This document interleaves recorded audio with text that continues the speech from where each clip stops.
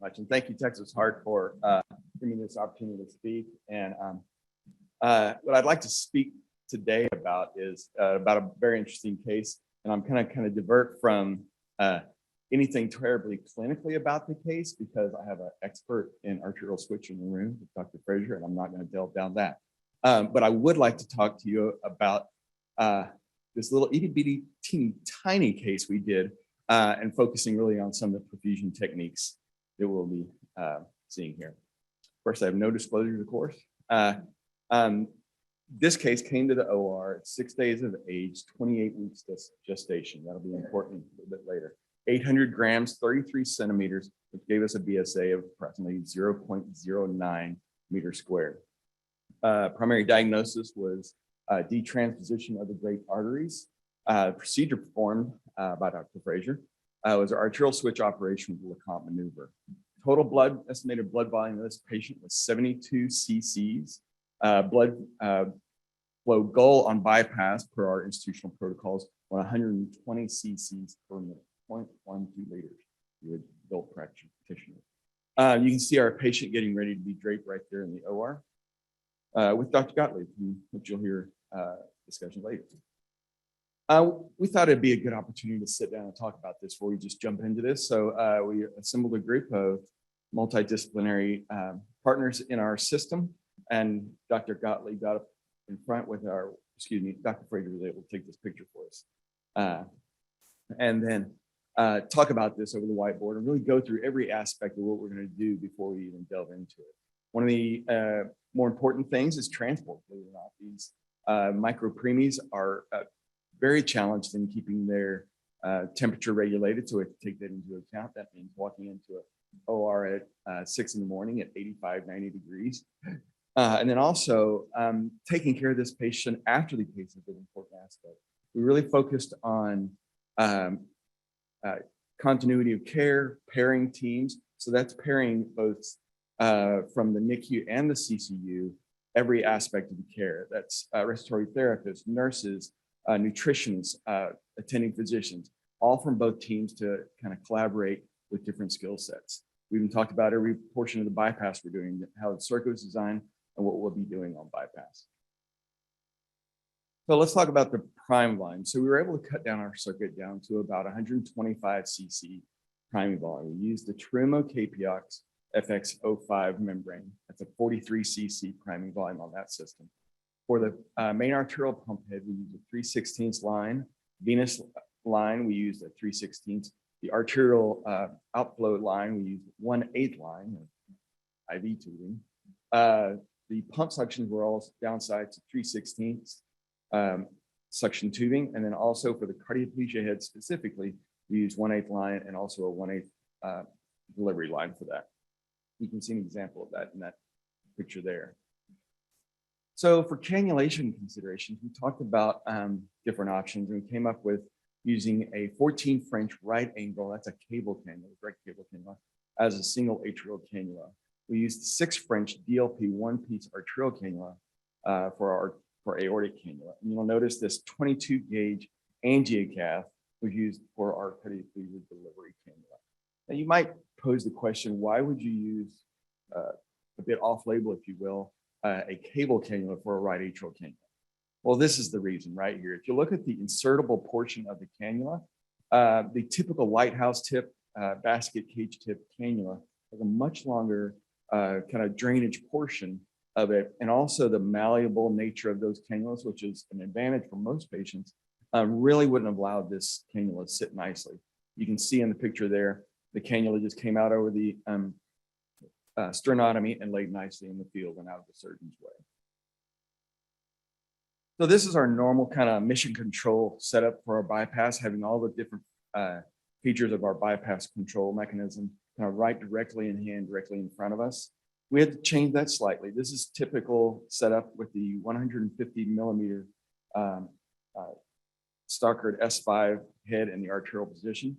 We changed that up into the two dual head pump configurations for exactly this. So that 3/16 arterial pump head was placed closest to the oxygenator. We used the 1/8 line in our cardioplegia pump here. We use straight crystalloid cardioplegia, so we're not bound to using two heads or dual tubing mechanisms. And then also these 3/16 pump suckers placed like this. We use all 3/16 pump suckers also to eliminate or reduce the kind of movement of fluid into the suckers out of the bypass reservoir.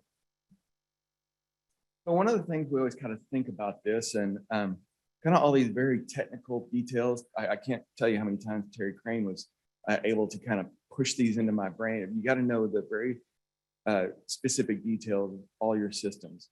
In this example, these two instructions for use demonstrate a warning or a specification for a 2-to-1 blood flow to gas flow ratio.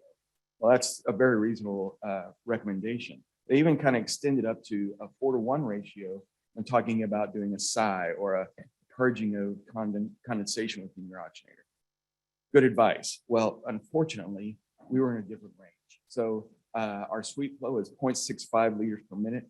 Blending in CO2, this very small patient, got us a ratio of 5.7-to-1. A very different kind of potentially more dangerous scenario. The instructions for use for the specific oxygenator we were using does not provide this warning or direction in this manner. That being said, we have to take that into consideration and provide some level of safety. So what do we do? If you'll allow me to kind of use this as a representation of what's going on in your oxygenator. So the blue line there is the biphasic pressure curve you would see in your blood phase of your oxygenator, that red line being kind of the average. This green line would represent that gas line pressure of your the gas phase portion of your oxygenator. So you can imagine here once again using our ratio that we were using a 1/4-inch pump head. You see a very phasic, very high systolic and diastolic phases where you could demonstrate or create this danger zone of a lower pressure in your oxygenator than your gas pressure may be, creating potential for gaseous emboli coming across the membrane.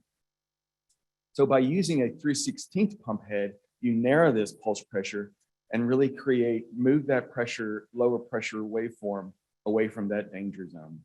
And if you further use an arterial line of 1/8, you increase that pressure even more, giving you a little bit more margin of safety. Now, using an arterial line this small gives you a little bit more back pressure and provides you some advantages as well. So it provides you advantage of moving that blood gas phase pressure ratio in a safer area, provides back pressure for any shunts that potentially you'd be using, like a in-line blood gas analyzer or a hemoconcentrator, and also provides back pressure to facilitate the integrated arterial filter gaseous microemboli removal. This is how this system is designed, and by increasing that pressure, increases the capabilities of moving gas out of the blood phase into the gas phase. So one important thing that might often get missed in this also is the tactile control of this system. Once again, our goal flow for this patient was 120 cc's per minute flow. For a lot of your adult perfusionists, this is probably a quarter of what you'd be doing on cardioplegia. So a little bit different range. So you can imagine on the 85, this is the dual head pump, remember, this is the 85 millimeter head with a 1/4-inch line.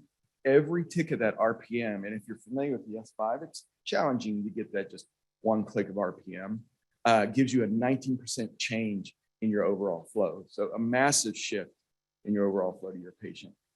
Downsizing to a 3/16 line on that head gives you a 3% change. So much, much finer control. A huge requirement for this size patient where percentages create a very different environment for the patient. Now you can imagine this is magnified even in your cardioplegia flow. So our cardioplegia flow for this patient was 9 cc's per minute with a 1/8 arterial or 1/8 head in your 85 millimeter head for the cardioplegia. That's an 18% change. That's a challenge. And you can imagine the pressure delivering. We deliver our cardioplegia at diastolic pressure. So on this patient, that's a pressure of 20, 30 going down those coronaries.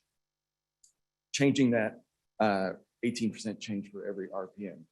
That gets magnified once again when you're delivering half of that dose down one coronary, down 1 millimeter coronary at the same time. So this became a real challenge for this kind of case. Now, one thing that we have special, and Dr. Fraser mentioned his legacy of Royal Children's in Melbourne. Well, this came from there. Some of that kind of culture of looking at the minutia and following the details came up with this device here. Yes, all this is a modified upscale Hoffman clamp, but this venous occluder, very manual, very specific detail, can provide us the ability to change the venous blood flow by 1, 2, 3 cc's per minute of flow.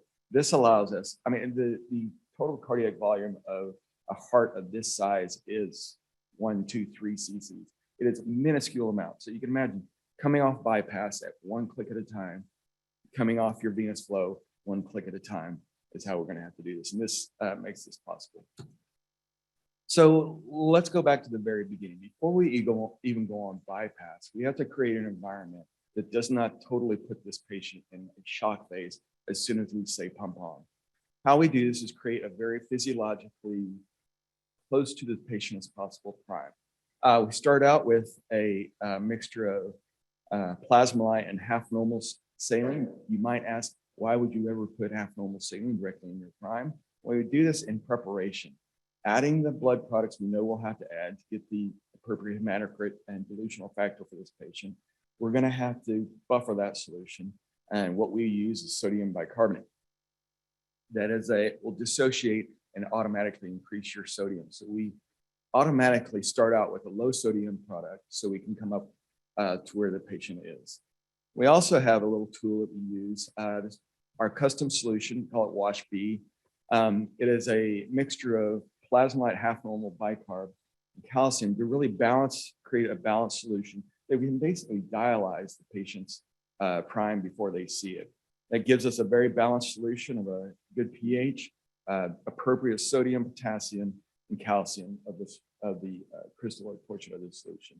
We wash this prime, pre-buff all this down to appropriate volume prior to going on bypass. It takes several gases so that we can match with the patient. That's what it kind of looks like. This is an ultimate challenge on this kind of patient to try to meet the exact measurements of the patient. But what it does is set up the substrate, set up the environment. So when we go on bypass, we have some of these very, very small changes within our electrolyte shifts. It can affect the edema and the swelling of the brain, and also allows the substrate to be there for appropriate buffering mechanisms, as you can see in the changes in pH and bicarb. So this is where the rubber meets the road, really, is management of these patients on bypass. One of the primary things we think about during timeout, we go through every aspect of what we're going to do on bypass. One of those is dictating what the mean arterial pressure or perfusion pressure is going to be during bypass. We say 30 to 35, and that's exactly what that means. It doesn't mean 25 and then 45, it means 30 to 35. And this is one of the main reasons why we would do this on this kind of case. Immature germinal matrix, like it's almost redundant. That's exactly what it is. It's a portion of the brain that is a highly vascular, highly fragile, very delicate portion of the brain that is unique to the patient. There's about 17 to 36 weeks of gestation. We were right in the middle of that danger zone, okay? So with this very delicate portion of the brain, we have to be maintaining a very appropriate pressure for those developing vascular portions. So maintaining that pressure within very tight ranges hopefully reduces the risk. This is the portion of the brain where this kind of patient would often or typically see that interventricular hemorrhage. Also kind of on this idea, hydrostatic pressure induced edema. If we're having higher pressures in these vascular structures, we're going to be moving fluid into the intravascular space, extravascular space, excuse me. And that's not just when you pull back the drapes and see your puffy baby. This is in the lungs, in the kidneys, in the liver, in the gut. All those tissues are now seeing less optimal perfusion distribution. Volume of distribution, this is unique to this patient. Once again, we're seeing a adult perfusion systems, you would see almost exactly the opposite. Your prime is but a fraction of your patient's circulating blood volume.